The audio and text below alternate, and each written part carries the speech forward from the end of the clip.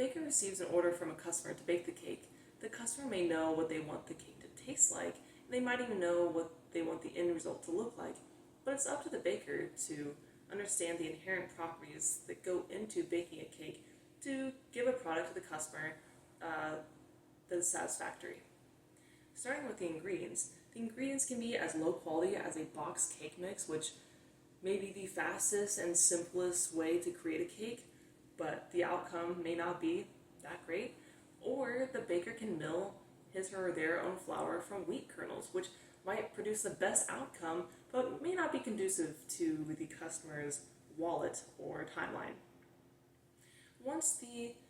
ingredients are decided upon, the baker then starts to produce different versions of a cake. It may have the customer and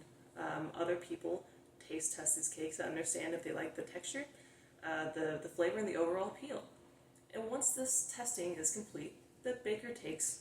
those results and feeds it back into the ingredients and the process to ultimately produce a cake that potentially may be consumed by dozens of people. This process is not unlike what an engineer goes through when developing a new medical device. When a team of engineers receives a statement of work from a customer to develop a new medical device, the customer will state what they want the device to do, but it's up to the team of engineers to understand the inherent properties of the different fields of engineering, including human factors engineering, to develop a device that not only functions as intended, but is safe and effective for human use. And like with cake baking, engineers start with ingredients, or in terms of engineering, requirements. For human factors engineers, these requirements might look like the color of a button, the way that information is organized on a display, the number of colors used on the display, the font of labels, how large or small labels should be. And when all of these requirements are agreed upon by the team of engineers, the engineers work together to cook up prototypes to present to users during formative usability testing. It's during this time that engineers observe users interacting with these devices to understand where use errors are most likely to occur, where users experience frustration. And these users are also explicitly asked questions to understand what they liked about the device, what they didn't like about the device, if it was intuitive to use, did they feel like it was safe to use, even in emergency situations when alarms were going off, were they able to respond in a timely manner to mitigate that situation.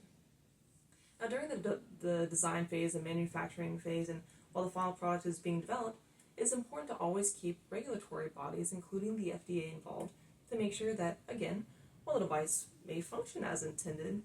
that the device will be safe and effective for humans to use.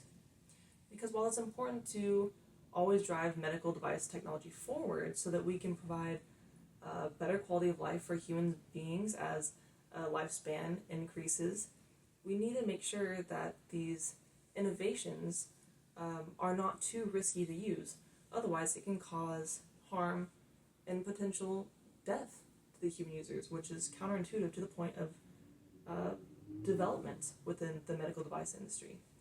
So again, while it's important to make sure that we are always moving forward with progress within medical device invention, we need to make sure to keep human factors at the heart of human products so that they can enjoy a higher quality of life without having to worry about being put in harm's way.